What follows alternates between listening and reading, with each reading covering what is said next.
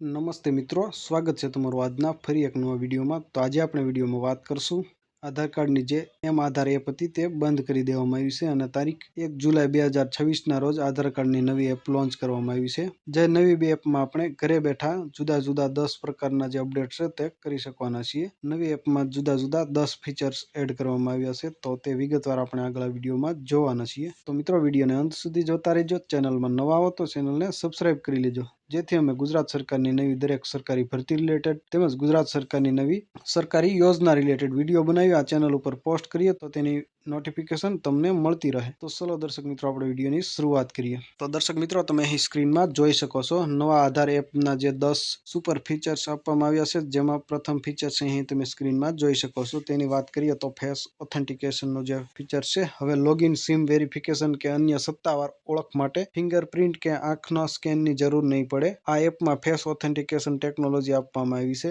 જેનાથી માત્ર ચહેરો બતાવીને ત્વરિત વેરિફિકેશન થઈ શકશે. તો આ એક જે નવી આધાર એપનું પહેલું ફીચર હતું મિત્રો. ત્યાર પછી મિત્રો, આપણે બીજા ફીચર્સની વાત કરીએ તો પસંદગીની માહિતી શેર કરવાની સુવિધા પણ આપવામાં આવી છે. તમારી પ્રાઇવસીને ધ્યાનમાં રાખીને આ ફીચર ઉમેરાયું છે. હવે તમે પોતે નક્કી કરી શકશો કે સામેની વ્યક્તિ કે એજન્સી સાથે કોઈ માહિતી શેર કરવી છે. જરૂરિયાત મુજબ તમે માત્ર તમારું નામ કે ફોટો જ શેર કરી શકશો. તો આ જે છે તે બીજું ફીચર્સ આપવામાં આવેલું છે મિત્રો. ત્યાર પછી ત્રીજા ફીચર્સની આપણે મિત્રો વાત કરીએ તો QR કોડ દ્વારા ઓફલાઈન વેરિફિકેશન, એટલે કે એરપોર્ટ કે હોટલમાં એન્ટ્રી વખતે તમારે ફિઝિકલ કાર્ડ બતાવવાની જરૂર નથી. એપમાં આપેલા સિક્યોર QR કોડને સ્કેન કરીને સામેની વ્યક્તિ ઓળખ ચકાસી શકશે અને તમારો બાકીનો ગુપ્ત ડેટા પણ સુરક્ષિત રાખવામાં આવશે. ત્યાર પછીનું અને મહત્વનું ફીચર્સ મિત્રો, જે ઘરે બેઠા મોબાઈલમાં નંબર અપડેટ કરી શકીએ. તો આ ફીચર છે તે પહેલા તમારે જનસેવા કેન્દ્ર અથવા પોસ્ટ ઓફિસ અથવા નજીકની ગ્રામ પંચાયત જેવી વગેરે આધાર કેન્દ્રની જે સુવિધા આપેલી છે ત્યાં તમારે જવું પડતું અને ફિંગર આપી અને તમારે તમારો મોબાઈલ નંબર છે તે અપડેટ કરવાનો રહેતો. પરંતુ આ ફીચર છે તે નવી એપમાં ઘરે બેઠા તમે તમારા મોબાઈલમાં તમારી જાતે નંબર અપડેટ કરી શકશો.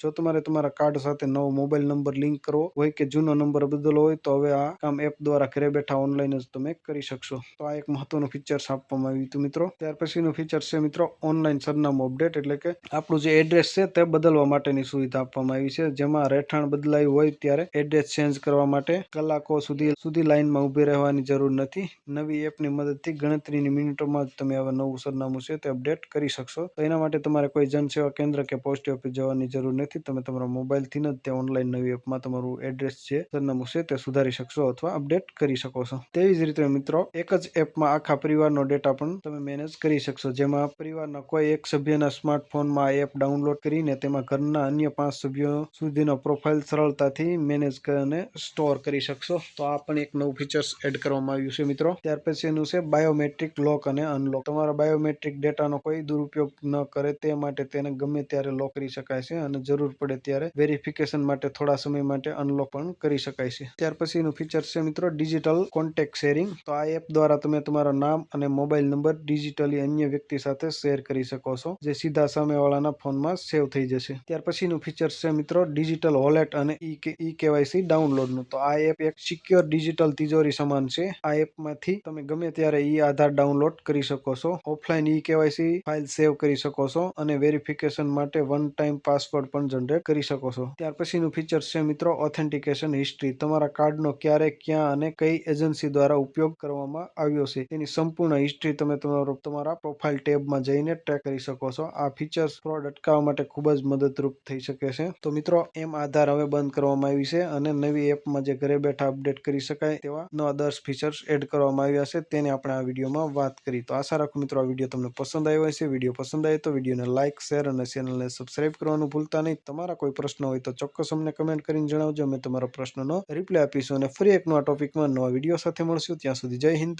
વંદે માતરમ.